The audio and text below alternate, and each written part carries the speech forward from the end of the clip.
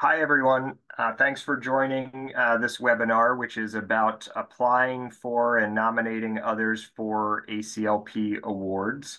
I'm Scott Beach. I'm a CL psychiatrist at Massachusetts General Hospital and also vice chair of the mentorship subcommittee. And this webinar is part of a series of webinars that are co-sponsored by the mentorship subcommittee. Today, we're co-sponsoring along with the fellowship and awards subcommittee, as well as the research committee.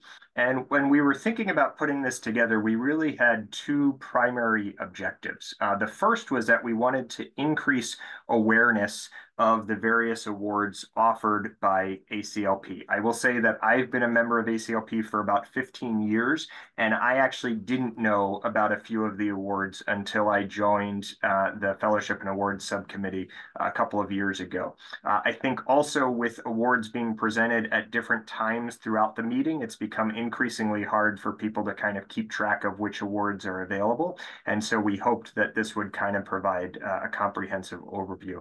The other thing that we really wanted to do is increase the transparency in the awards process. And you'll hear that there's been quite a bit of work over the past couple of years to make sure that scoring processes for these awards are fair and equitable.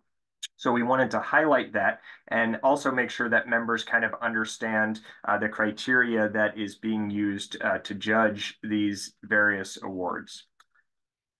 The screen now is showing our agenda for the meeting, so you'll have a sense of that, and you can see we're going to start with kind of an overview of the awards process as well as some recent changes, and then we'll sort of march through specific awards and talk a little bit about each award. We'll try to keep to that order so that if you're watching this later on the recorded version and you want to jump to a particular award, that's the order that we should be in. And then after that, we're going to have a little bit of a Q&A, so opportunity for people to ask questions and hear a little bit more from our panelists potentially about specific awards as well. I'm joined today by a wonderful group of presenters, so I'll do some brief introductions for them. We have Priya Gopalan. Priya is an associate professor of psychiatry and reproductive sciences at the University of Pittsburgh and Western Psychiatric Hospital. She's medical director of the Psychiatry Consultation-Liaison Service. Priya is a former chair of the Fellowship and Awards Subcommittee, and she's a member of the Mentorship Subcommittee. Divi Ravindranath is a clinical associate professor at Stanford University. He works on the consultation liaison and in the psychiatric emergency room at San Mateo Medical Center. And Divi is the current chair of the Fellowship and Awards Subcommittee. Lisa Scher is a clinical professor of psychiatry at Stanford and the deputy chief of the Division of Medical Psychiatry. She is chair of the ACLP Transplantation Special Interest Group, and she is vice chair for the Fellowship and Awards Subcommittee. Maria Prom is the director of the Boston Medical Center and Boston University School of Medicine Global and Local Center for Mental Health Disparities and an assistant professor of psychiatry at Boston University. Maria is the chair of the research subcommittee. Chris Solano is the associate director of the cardiac psychiatry research program at MGH and an associate professor of psychiatry at Harvard Medical School. Chris is chair of the Research and Evidence-Based Practice Committee. He's also vice chair of the Annual Meeting Committee and a member of the Board of Directors. Elizabeth Madva is an associate program director for the MGH McLean Adult Psychiatry Residency and an instructor at Harvard Medical School, and she's a member of the Research Subcommittee. And finally, we'll be joined by Don Rosenstein, who's a professor in the departments of psychiatry and medicine at the University of North Carolina, Chapel Hill, director of the Comprehensive Cancer Support Program, and division head for general adult psychiatry, as well as a past ACLP president. So I'm going to turn it over to Divi now, who will talk a little bit about the Fellowship and Awards Subcommittee.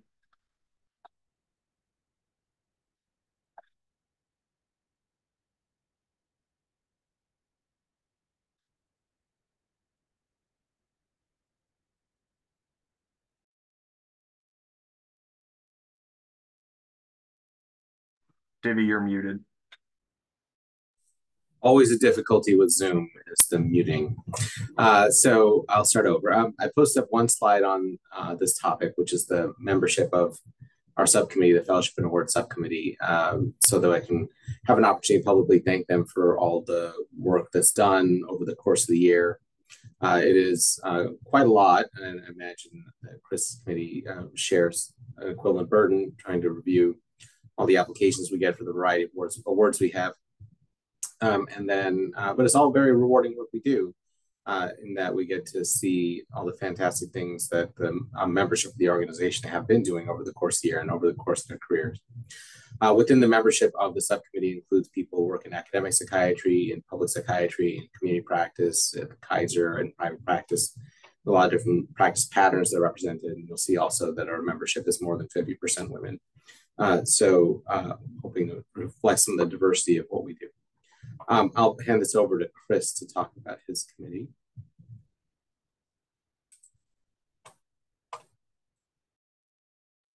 Thanks, Divi. Here is the kind of Research and Evidence-Based Practice Committee. And so, again, similar to what Divi mentioned, I'd certainly like to thank all of the members of the Research and Evidence-Based Practice Committee, as well as our Research Subcommittee. So the Research and Evidence-Based Practice Committee helps to kind of identify winners for the William Webb Fellowship Awards and the Don R. Lipset Award, while the Research Subcommittee looks at winners for the Foundation Research Professor Program and the Caton Award. And I think, as Divi said, you know, our kind of members do put in a bunch of work. I think both kind of identifying, kind of reading through all the applications, thinking through the award criteria, and helping to provide feedback to the ACLP board, who ultimately kind of make the decision to kind of approve the winners of the different awards. So if you are ever interested in getting on one of these committees, there are emails that go out every spring that look for volunteers for committee service. And feel free to kind of put your name on there, and we are happy to kind of add you to one of the committees or subcommittees. And so you can take part in this as well. I'll kind of turn it back to Scott, I think. Thanks, Chris and Divi, for those overviews. I'm going to hand it off now to Priya, who's going to talk a little bit about some of the changes that have been made over the past few years in terms of scoring for awards. Can you all see this in kind of full screen mode, or no? Okay, maybe. How's that? Better? Awesome. All right. So I am going to give a little bit of a 30,000-foot view of the changes that have happened with the awards process over the last few years. And Scott already mentioned this, but I am a current member of the mentorship subcommittee, but I spent quite a lot of time on the Fellowship and Awards subcommittee. I started in 2016, and I came off the committee last year. And I served as the chair of that subcommittee as well. And I also participated in a task force specific to this topic along with Dr. Solano and some others from these committees. So our main goal for today really is to take what is probably a little bit of a black box for a lot of you who are on this call in terms of what happens between this sort of call for awards that comes out twice, once in April, once in June, and when the announcements are made in the fall. So we're going to spend the next, maybe half an hour or so kind of breaking down each of the awards. But before we kind of dive into the details, I really wanted everyone to understand that there are a lot of different subcommittees and committees within ACLP that grade these awards. So you will hear the breakdown about who's grading what very, very soon. But just from a really big picture kind of standpoint, the Fellowship and Awards Subcommittee sits under the Membership Committee.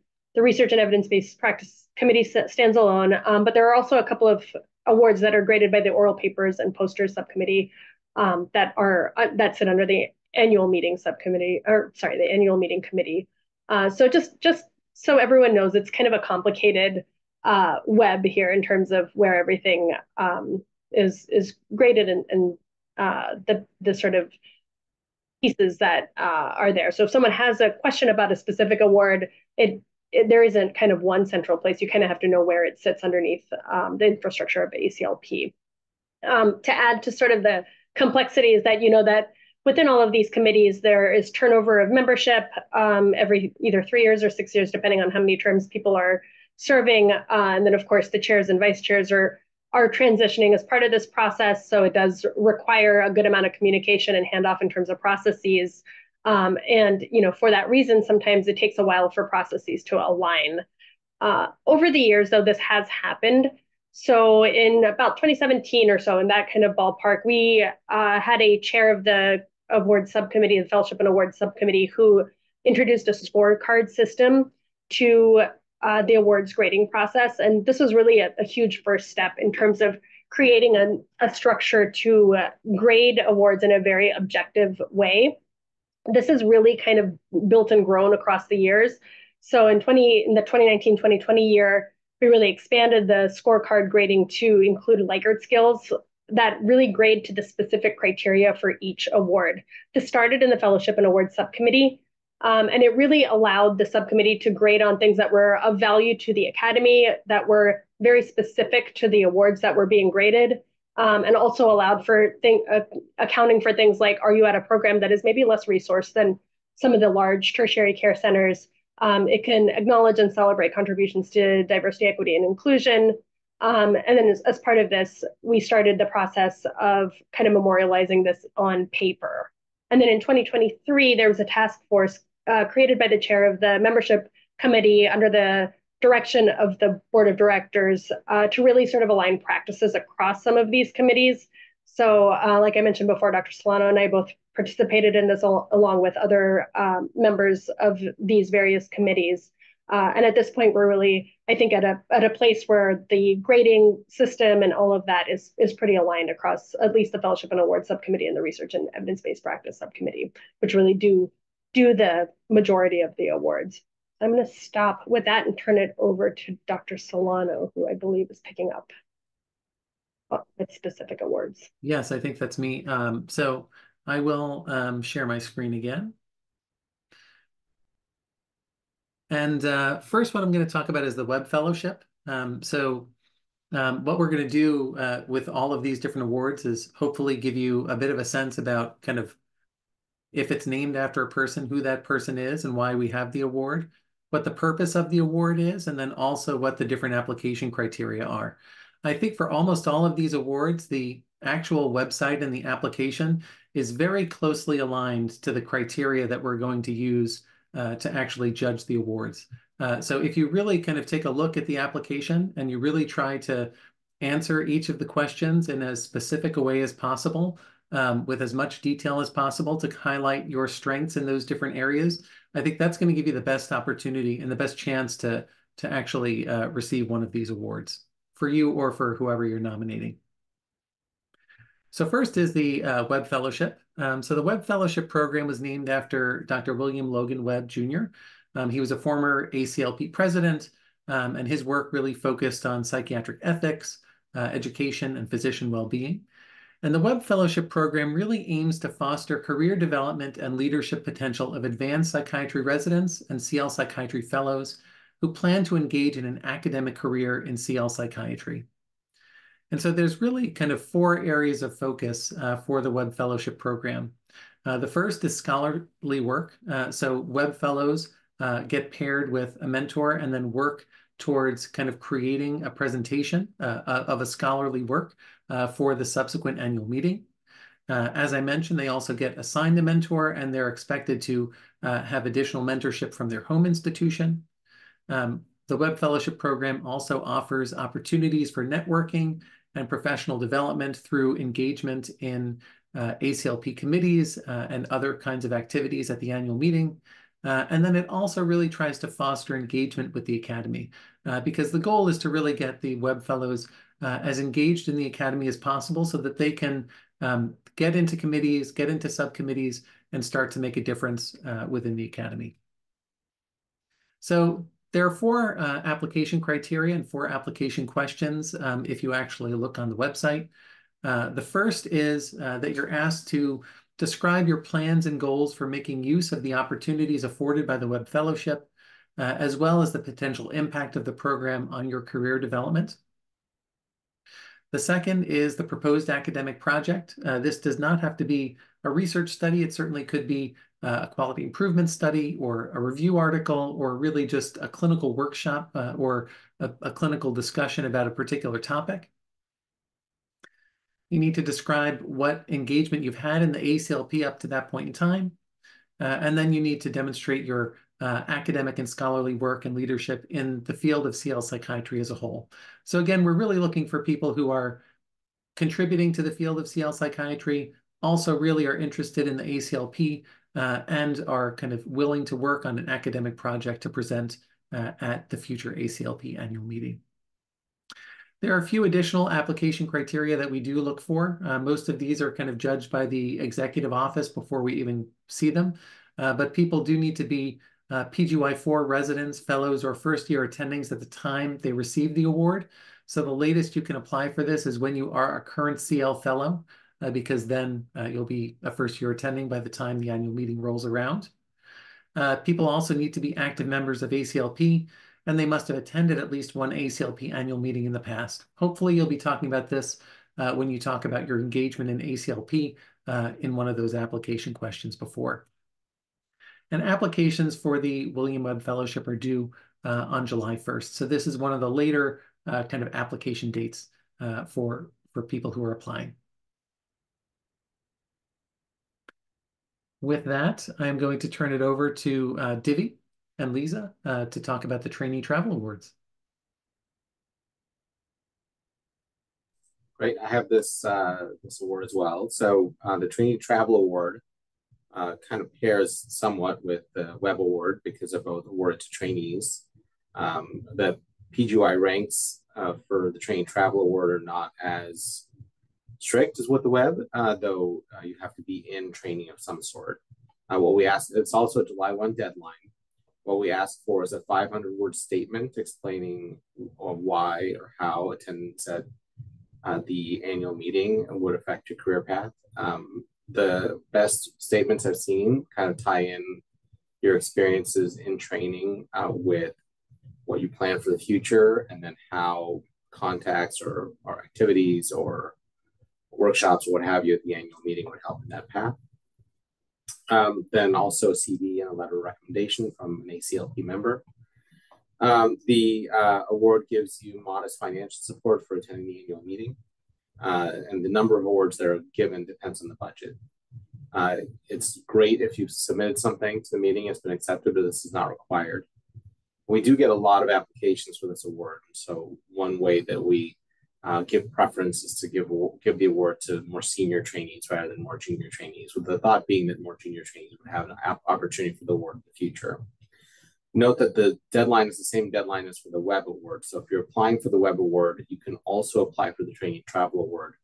You can only get one.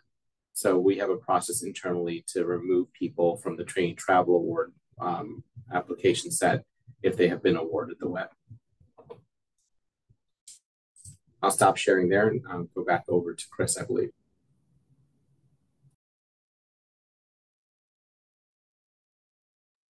I'm actually going to hand it over to Maria. She's going to do the Research Foundation Professor Program, and then she'll also talk about the Caton Award. So Maria.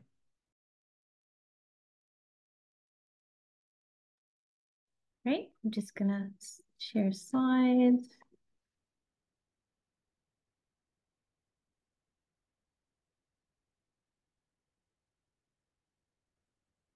So we're going to cover two awards that are completed by the research subcommittee. The Foundation Research Professor Program, which includes two awards, the Foundation Research Professor Award and the Early Career Research Mentee Award, which are paired, and then the Wayne Caton Research Award. The Foundation Research Professor Program was developed in memory of Dr. Wayne Caton, who was an Academy president and had significant contributions to research and mentoring of young researchers. The objectives of the award are to promote interest in CL psychiatry research and to support the development of emerging talent in the field. It consists, again, of these two award mechanisms, as mentioned. Nominations are submitted online using the online Research Professor nomination form, and nominations are due on April 30th. Nominations can be either for another individual, or you can nominate yourself as well.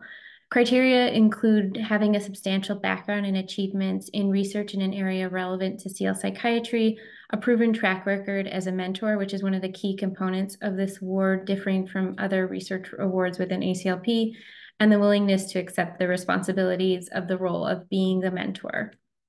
Those responsibilities include presenting a lecture in person at the annual meeting, and additionally potentially presenting another lecture at the meeting if requested, mentoring of early career research mentees, which we will get to next. And then within that, you organize and maintain regular contact with the mentees throughout the year, up to October 31st. And then at the end of that time, on November 1st, submit a report of mentee interactions. The award for this, it includes complimentary registration to the annual meeting and $5,000 to cover the cost of attending the meeting, with the remainder being serving as an honorarium. The application includes remarks on their original research papers, their role as a PI on research grants or research support activities, and then research contributions to the field of CL psychiatry and in the importance of those contributions to the field. And then finally, a statement about their ability to provide and history of providing mentorship of junior investigators within CL psychiatry. The Early Career Researcher Mentee Award is matched with the Foundation Professor Award, with the Foundation Professor chosen prior to the mentees being chosen. The nominations, again, are submitted online using the nomination form. Applications for this are later, again, because the mentor is chosen first, but applications are due on August 21st. And then candidate criteria include demonstration of current research activity, willingness and ability to effectively use research mentorship, and academy mentorship is preferred but not required. Applicants are selected by a combination of the research subcommittee chair, the vice chair, and then the foundation research professor awardee helps to select the mentees, again, looking at fit to that mentor, but also their perspective on being a good mentor-mentee match based on their application. The expectations of mentees is that they attend and actively participate in the annual meeting, particularly in research activities, that they participate in the mentorship program with the foundation research professor. They're awarded an annual meeting hotel coverage, complimentary meeting registration, a $500 stipend for travel costs, and then, of course, the highlight of it being the mentorship opportunity with the research professor. The mentee application consists of a statement describing their current areas of research interest, potential benefit from that mentorship of that specific research professor who is known at the time of application, and why the mentor would be a good match for their research work and career, as well as their CV.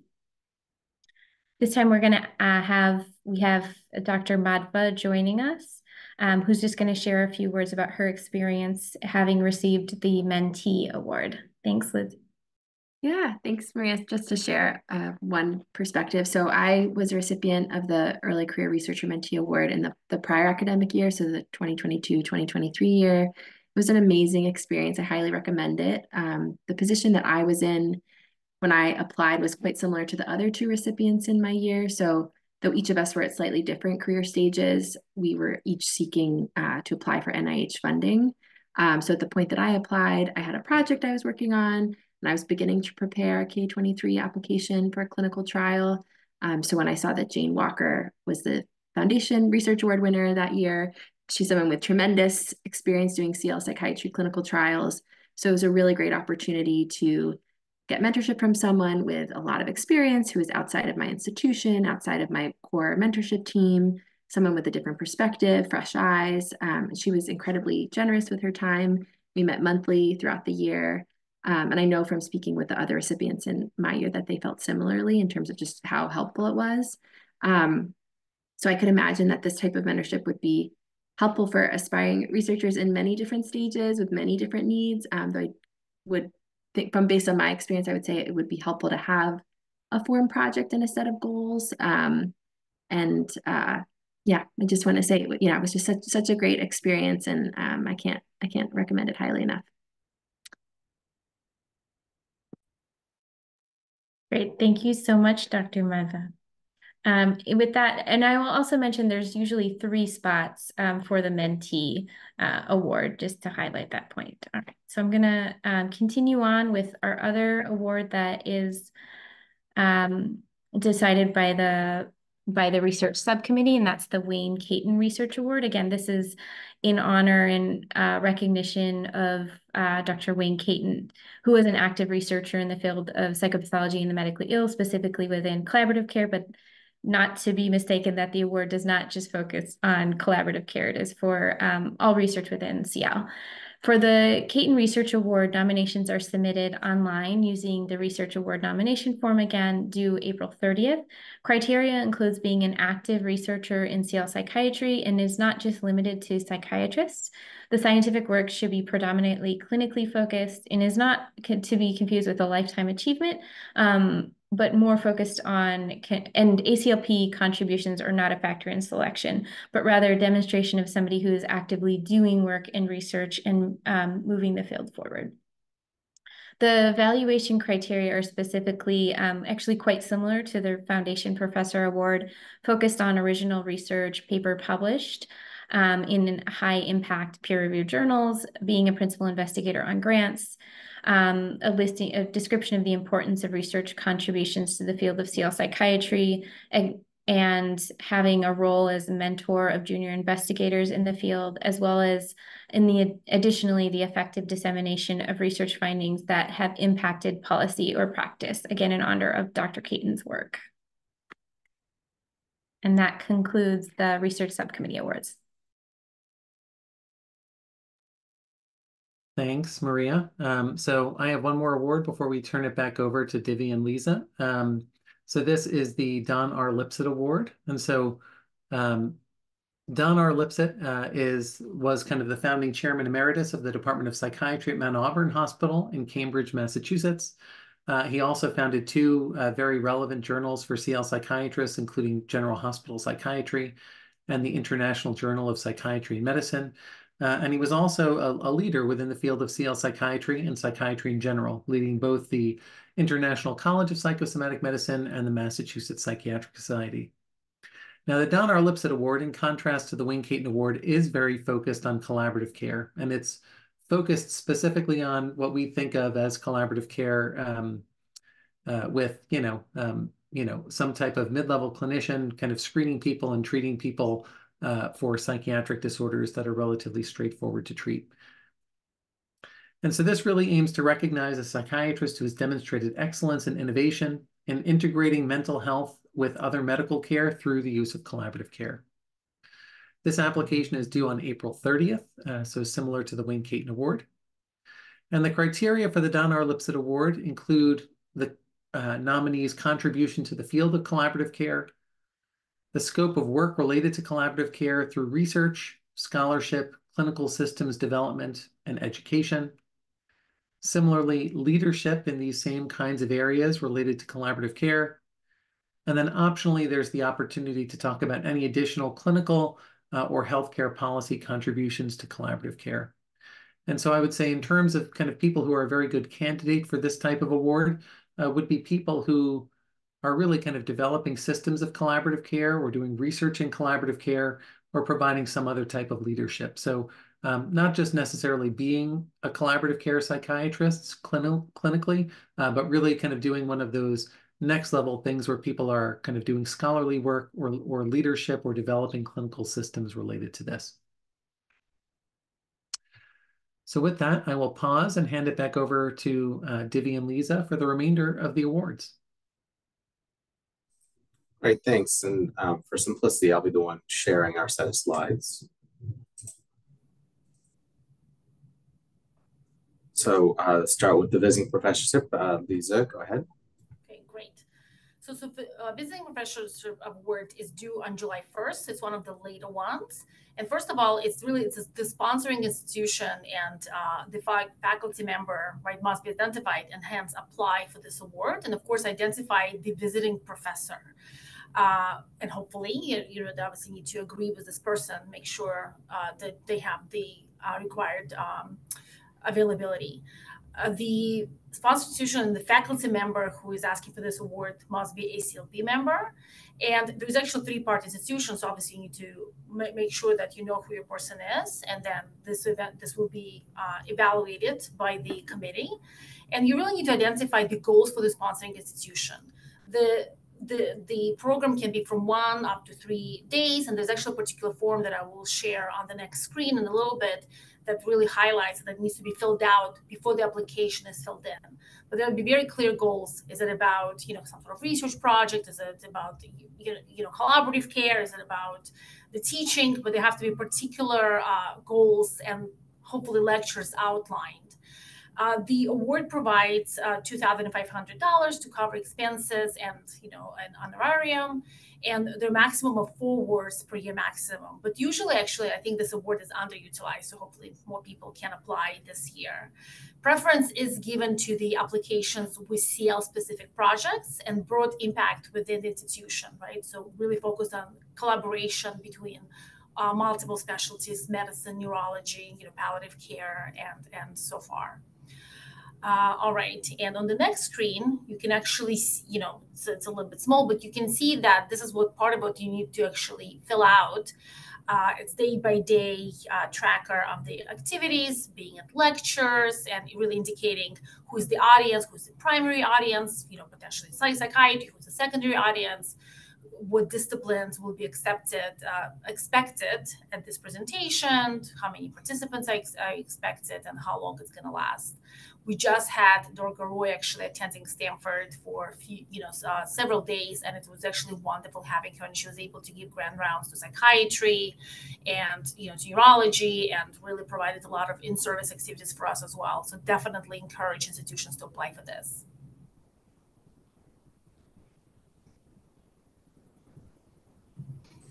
Right. The next award from our subcommittee is the Studemeyer Innovations in Education Award. This is named after Alan Studemeyer, MD, FACLP, who was a highly respected educator and clinician associated with Emory University in Atlanta, Georgia. He was a very prominent educator at the time. He passed away, unfortunately, from melanoma, and in his passing, this award was generated. The deadline for the award is July 1st, and we're asking for the application of that, ask about the requisite background information, also a description of the educational intervention that is being nominated, CVs for the relevant faculty for the educational intervention, and supporting materials like the teaching materials themselves, or maybe some feedback or evaluation forms, or whatever was collected to really show that this was a robust and effective educational intervention. The award gives out a $1,000 honorarium and a complimentary registration at the meeting for the submitting educator. And that submitting educator also has the opportunity to present a poster at the poster session describing their program. Though optional, the supporting materials are really important because they help to distinguish the exceptional from the truly exceptional. I put it that way because you're not nominating yourself or somebody else because of mediocre educational interventions. We only get exceptional applications. And so we want to make sure that we have all the material needed to show how awesome what you're doing is. Okay, with that, I'll go back over to Lisa.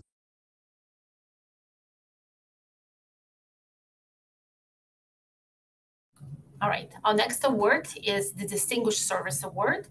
It's due on April 30th, and it's conferred on Academy members of extraordinary or long and meritorious service to the Academy of notable contributions that have made lasting advances for the Academy of Official Psychiatry. So really, contributions to the Academy is the most important part here, right? Participating, presenting, teaching, and so on. It's not awarded every year. There's also important to be aware of the DI considerations that can be truly highlighted here in the context of the service to the Academy. And the application is due again on April 30th. You can nominate yourself, or you can be nominated by somebody else.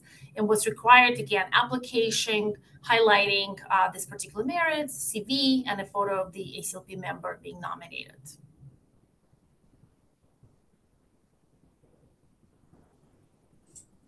The Distinguished Service Award contrasts a bit with the Award of Special Recognition, also same deadline, April 30th. But here we're looking for individuals for outstanding service to the field on a local or national level. So whereas the prior award, the Distinguished Service Award, is for service to the Academy, the Award of Special Recognition is for prominent people at your institution or other institutions you might know of who are doing great work in the field, especially clinical CL psychiatry. We try to award 1 or 2 of these awards per year. And again, it takes an application, CV, a photo. And we're looking also for having a diverse panel of winners, which also means a diverse panel of nominees. So we're hoping that everyone who would meet the category would apply. Back to Lisa. All right, and now we'll go on and talk about the Academy Fellowship. So this is also one of the later awards, and it's the application is due on July 1st. So some that includes application, CV, and supporting materials, right? And supporting materials can be things like a copy of an article, of a book chapter, of a presentation, and other evidence, again, of their outstanding merit so far. The applicant must have been at least 6 years out of the CL training, meaning that they have to have completed either CL fellowship or dual residency. And they must have been a member of the Academy and attended at least 5 meetings after their training. They also must have been an active participant in the ACLP for at least 3 of the last 5 years, including serving in a committee or being, SIG, serving in a SIG, either as chair, co-chair, vice chair, right, or being a member, and presenting at an annual meeting. And they must be sponsored by the 2 Academy Fellows. There are actually letters that are expected from those Academy members, and they can be need to be directly submitted to the ACLP. And they must attend the annual meeting to be installed to the fellowship. Of course, the benefit is that now they can be using FACLP in the professional credentials after the AMD, and also really consideration for many other awards, important awards, are given then to the FACLP members. So it's actually really a very important award to further progress in the Academy.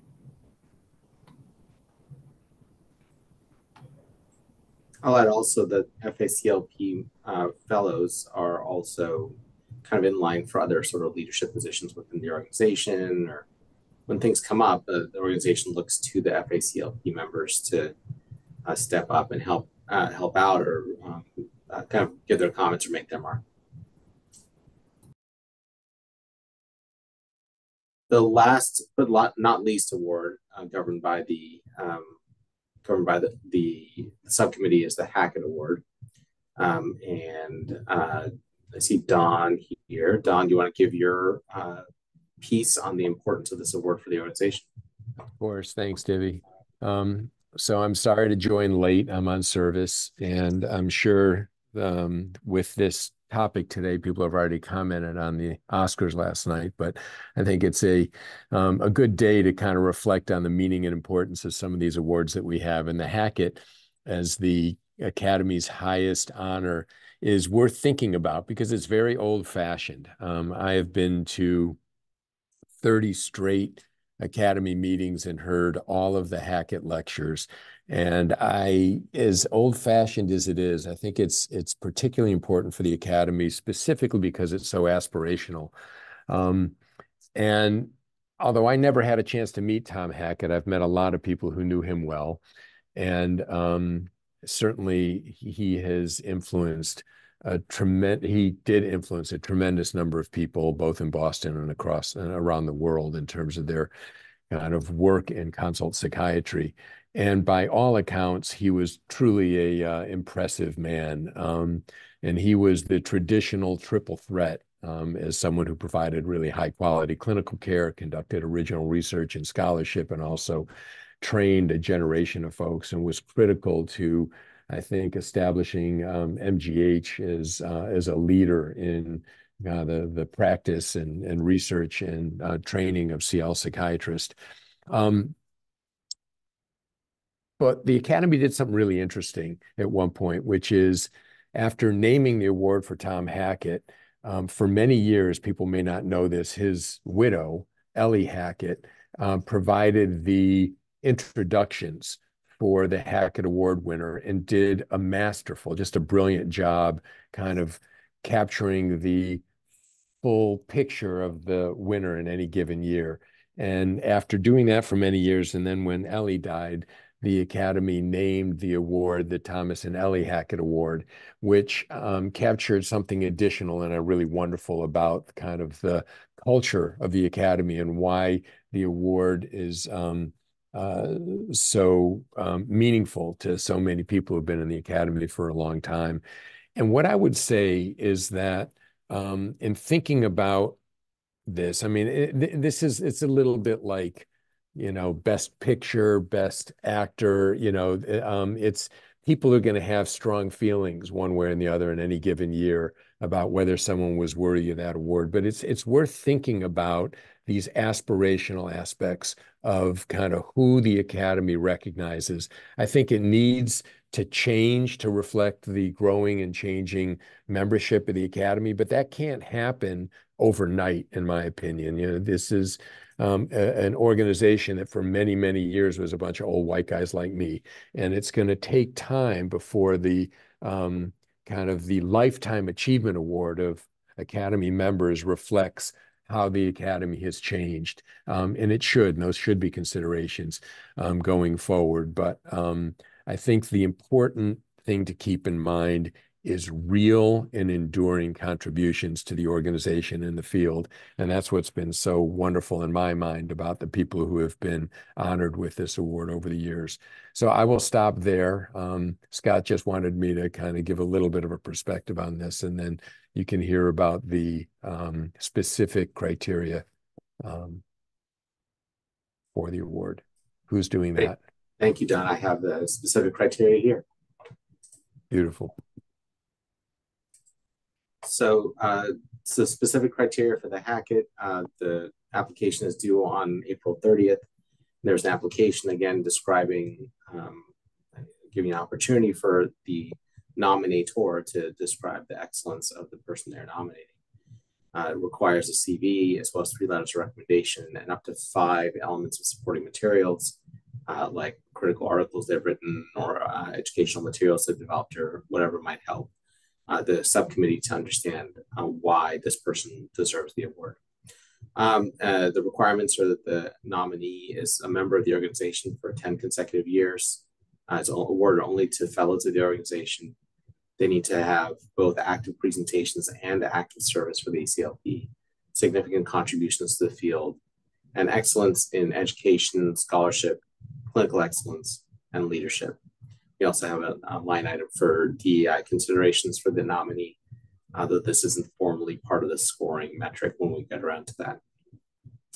Finally, the winner needs to commit to give a lecture at the annual meeting. It's really like the highlight of the meeting, so they better be good, is what it comes down to. So we're reliant on the membership of the organization to identify who would be good to give kind of the keynote speech for the organization.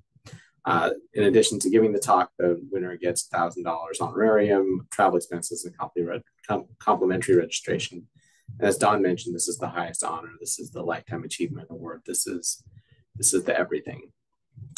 My last slide is the ACLP Awards website. And so I wanted to have it up here so that folks who are interested in nominating can jot it down and go over. There's more material there about the awards themselves and the nomination process and what have you.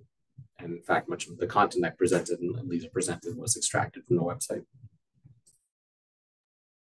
Thanks so much, Divi, and thanks everyone. We're going to hand it over to Priya now, who's going to talk about just a few other awards that are handled in different ways by different committees.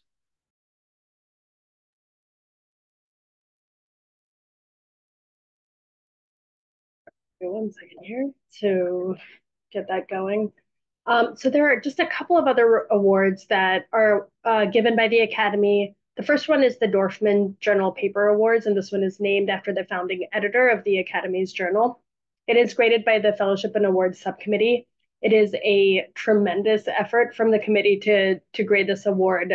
Generally, how this goes, or how it has gone historically, is that the committee does review articles and scores the papers that that come through the journal for the Academy of Consultation-Liaison Psychiatry to kind of determine which ones from each category are deserving of the award.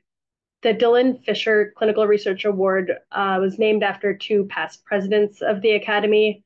It is not done through an application or a nomination process. Instead, individuals who submit the top-rated abstracts to the Academy are invited to submit a paper, which are then graded. And then the poster awards are graded by the oral paper and posters subcommittee. You all have probably seen that they ask for uploads ahead of time for the grading. And then, there's a final kind of grading at the annual meeting as well. So with that, I'm going to hand it back over to Scott. Great. Well, a huge thank you to all of our panelists. For those of you who are joining live, we're going to turn this into a Q&A now. So please feel free to ask questions that you may have in the chat. I will moderate those, and I have some questions of my own that can keep us going as well. But we'll talk for a little while more specifically about some of the awards and give you a chance to ask any questions that you may have as well. To start out, Divi and Chris, I was wondering if you could just tell us a little bit more about kind of what the practical aspects of the process for scoring these awards look like. Is this done by committee discussion? Is this done by live meetings? Do people do this independently? Divi, maybe you can start for the Fellowship and Awards Committee.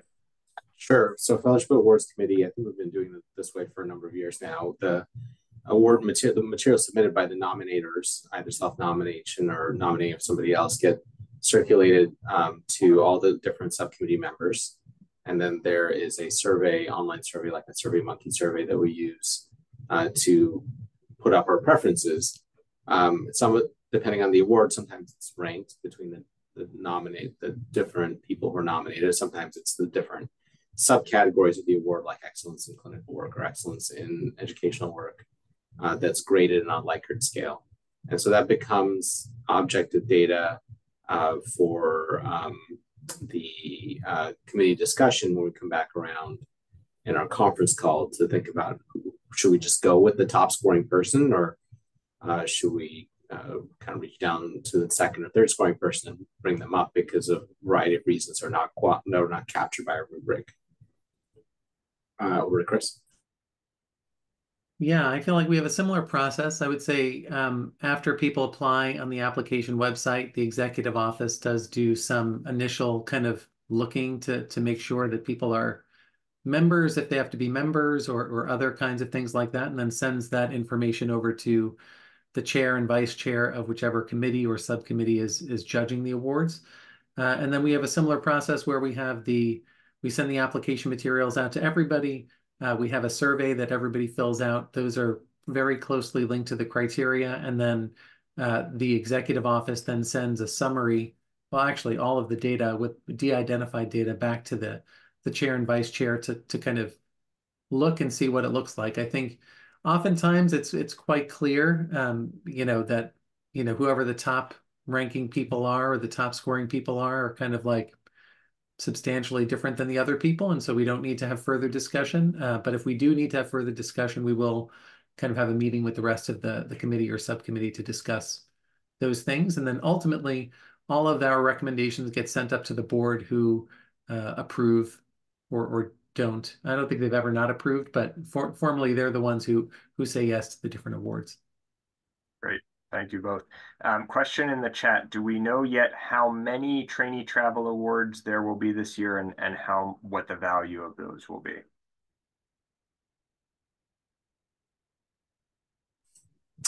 Sorry to say I do not. It's a little early in the year to know. A lot of the trainee travel awards sort of we get the number as we're getting the number of applicants in. So I think last year there was something like 20 or 30 applicants for what amounts to be about a dozen awards or something. So it varies from year to year. A couple of questions about the Hackett. I'll ask Don the first one, and Divi or Lisa, feel free to jump in. Don, one thing I've noticed in terms of the Hackett in recent years is a lot of the winners tend to be past ACLP presidents. Should we think about that as kind of a prerequisite, and sort of how do you think about that? Yeah, I wouldn't at all think of that as a prerequisite. I think that these are comorbid conditions, kind of being successful in our field, and also kind of having a service role on the board. But I remember when James Brack first joined the Academy as an executive director, he said very clearly that all the professional organizations he was in, basically 10% or less of the membership does 90% or more of the work. And not everybody serves on the board, and not everyone is going to be president, even if they do serve on the board. And there are so many people who have made major contributions. And so I don't think it should be an automatic kind of rewarding of service on, as president. It's certainly not disqualifying in any way, but I think there are a lot of people who are not presidents that should be considered for this. Great, thank you.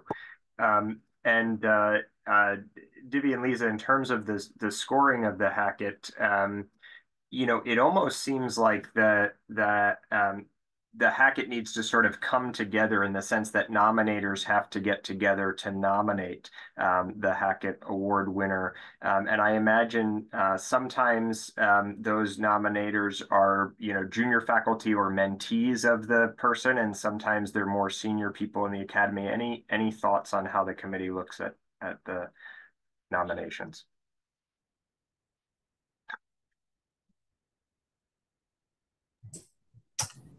So yeah, I think that's absolutely true, that the nominations can come from a lot of different places. And in recent years, we've had both, where there are junior people nominating their mentor, and then we've had people nominating their peers. I don't think the subcommittee views the source of the nomination one way or the other, though it does shape the kind of awardee that we might forward to the board, which then also influences the type of talk that we given, and so on and so forth. And so, Lisa, you have additional comment? Yeah, I mean, I agree. I mean, I think it's actually probably nice to have a diversity, right? I mean, I think probably ideally, right, there would be some, senior members nominating and also junior, because then it really allows to speak to the full breadth of how the person is actually contributing to the field. So, I mean, I think really thinking about the whole, right, realm of who collaborating, I think probably that would be like the strongest, right, application that really speaks to all the strengths of the candidate. That makes sense. So go ahead, Don. I'm sorry, if I could just add also that I think it's always better when you hear from people who are writing about someone else, what their DEI contributions have been, rather than from the applicant, in the supporting materials. And so I think that's another way to kind of ensure that we are addressing that aspect of the Academy's award system. But this award also requires 3 letters of recommendation. I think that the letters of recommendation regurgitate the CV, or kind of all say the same thing. It's not as valuable as if the letters are coming from places that can view the applicant from different perspectives, and therefore inform one or more of the different criteria we use without overlap. So that's wonderful. It sounds like if there's a junior person who wants to nominate somebody senior, that's encouraged and is great, and they should maybe think about including some senior person as well in the nomination for kind of diversity of perspectives, but certainly shouldn't be concerned about putting forward that nomination because they're more junior. A couple of questions that I get a lot from trainees about the Webb Awards. So I was curious, Chris and Maria, for your perspective on these. One is, the fact that Webb is scored by the research subcommittee, and I think there's been an impression over the years that it has more of a research component. How should trainees who don't view themselves as researchers or may not have as much on the scholarship side, how should they kind of think about applying for the Webb?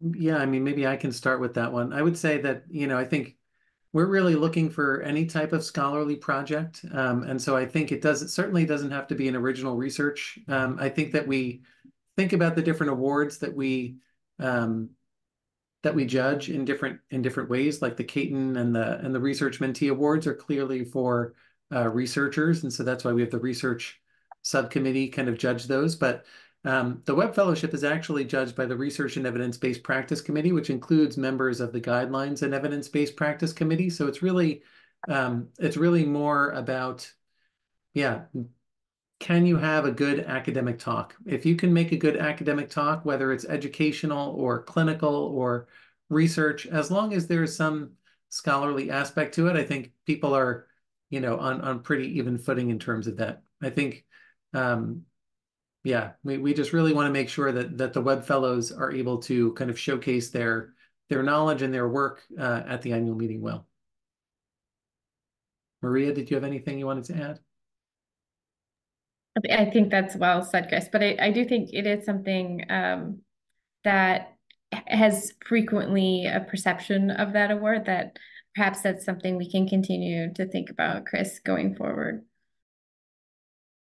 And you spoke to this a little bit, Maria, but in terms of benefits of the Webb or reasons why people should think about applying, in addition to the honor of the award, there's also funding for the meeting. Is that correct? And is it 1-year funding? So I'm gonna jump. I don't want to steal Maria's thunder with this one, but this was just changed. I think it's actually going to be, it's $2,000. So it's $1,000 for each meeting. So you get some funding for the current meeting and you get some funding for the subsequent meeting. But the idea is that you get the opportunity to come to the first one, start on a committee, meet your mentor, and then be able to present at the second one. Great. Thank you. And I guess a question for both Divi and Chris, if somebody's somebody's a trainee and they're trying to decide between applying for the Trainee Travel Award or the Webb, you mentioned that they can't receive both. They could potentially apply for both, but any ways that you would sort of guide them in terms of thinking about one or the other? And then relatedly, can you apply for the Trainee Travel Award multiple times if you receive it once?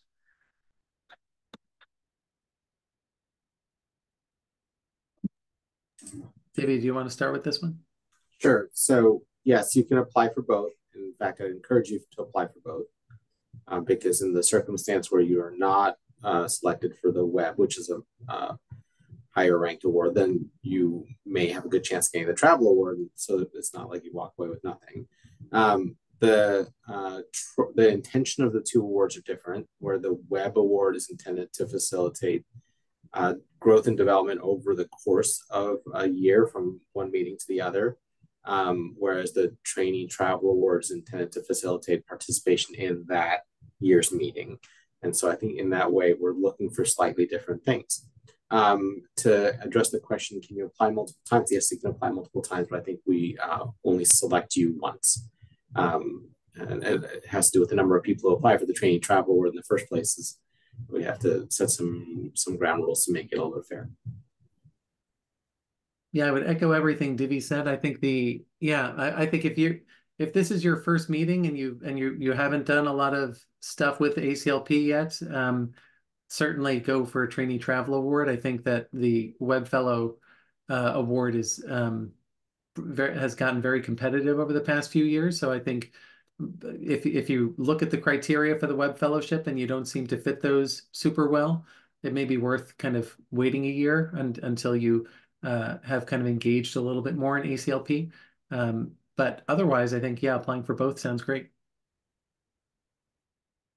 Wonderful. Thank you both. Lizzie, question for you regarding the Foundation Research Mentee Award.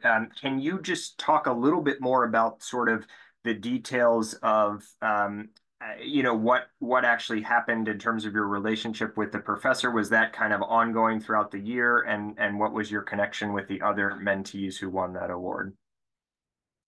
Yeah, so with the professor, we set up monthly meetings, and I sort of would, bring the agenda and things that I was hoping for mentorship around. And we did continue that throughout the course of the year. In my case, I did have a maternity leave in the middle of that, so there was a brief pause in it, but otherwise, we met every month. And there wasn't actually a lot of interaction with the other mentees. We happened to be familiar with each other and connected at the two meetings, sort of at the beginning and at the end, and then we all got together for lunch at the second meeting, which was really nice. But yeah, so it was great, and definitely a continuous kind of mentorship experience. And Maria, the fact that the sort of mentor or professor is chosen for that award before the mentees are selected, should mentees who work in an area of research outside of the area of the mentor, should they consider applying that year, or do you recommend they wait until there's a year where there's a kind of better match with the mentor? I think Lizzie touched on the fact that she felt the mentor could be a good match based on her research methodology. But I do think that there are many ways that mentees could be a good match to a mentor. It may be somebody that they share a similar background or have similar work-life balance, or they have interest in specific types of methodology that might reflect one way or another. So I think feeling that it would be limited based on one specific area of research isn't necessarily the case, but it is helpful for applicants to highlight what aspects of that mentor's career, practice, methodology, whatever it might be, that could be a good reflection of why they could be a good match in succeeding as a mentor. To the question about the Studemeyer, I was impressed when I came onto the subcommittee about the diversity of projects that apply for the Studemeyer. Everything from I give a seminar series to my local residents to somebody who's kind of creating national programs. Can you speak a little bit to the kinds of educational initiatives that have been successful in that award in past years? I think you covered it fast.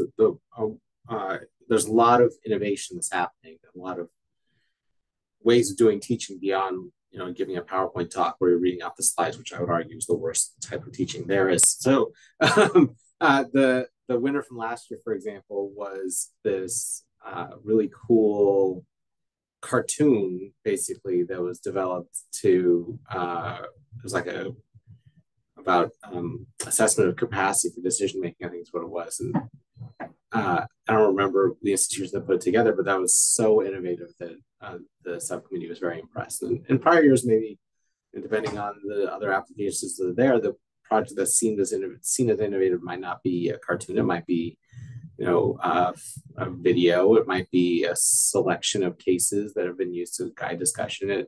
It might even be a PowerPoint talk if it's a really good PowerPoint talk. And so it all depends on the year in which the application is put together. I'll mention one thing about the Studemeyer also is that a few years ago we decided to give the applications that are not selected a year of rollover to the next year, so that they have a couple of shots of being the winner. So if you apply this year and you're not selected, you may get it next year. We'll just have to see what the rest of the pool looks like.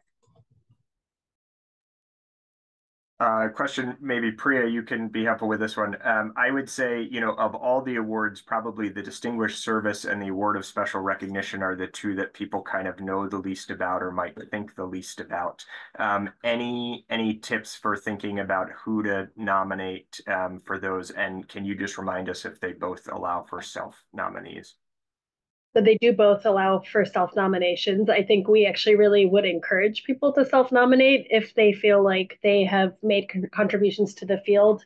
And certainly, Divi, you can correct me if I'm wrong on this, but I think people probably should know that these are award opportunities for the really great work that people are doing, and the people that you admire that are maybe not, the people who are past presidents and this type of thing.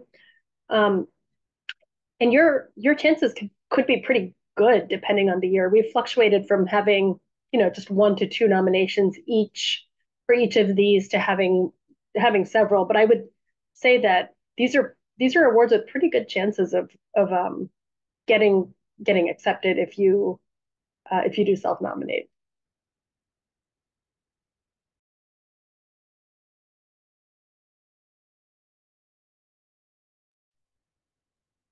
All right. Well, I think we're going to end there. I want to give a huge thank you to all of our presenters and panelists, and I'll end by sort of reiterating 2 plugs. One is, we hope that this session will generate more people applying for and nominating others for awards. So please do take a look at the website. Take a look at the list of awards. I think one of the really nice things about awards in the Academy is that we have awards targeted at all levels. We have awards for trainees. We have awards that are good for early career folks. We have awards that are good for mid-career and even senior folks. We have awards that are targeted at education, at clinical work, at research, at scholarship. And so there's really lots of opportunities for people to either self-nominate or nominate somebody else for the awards. The second plug I want to reiterate is if you're interested in getting more involved in this process and contributing to the Academy by helping to score nominations and figure out who's going to receive these awards, please consider joining one of the subcommittees that does this work. The call for joining subcommittees always comes out in the summer, and those appointments are usually made in the late summer, early fall. So be on the lookout for those emails, but all of these subcommittees are always looking for extra people to do work. There's a tremendous amount of work that goes into scoring these nominations and submissions, and we could always use additional members to help with that. So please consider that as well. Thanks everyone for joining. Good to see you all.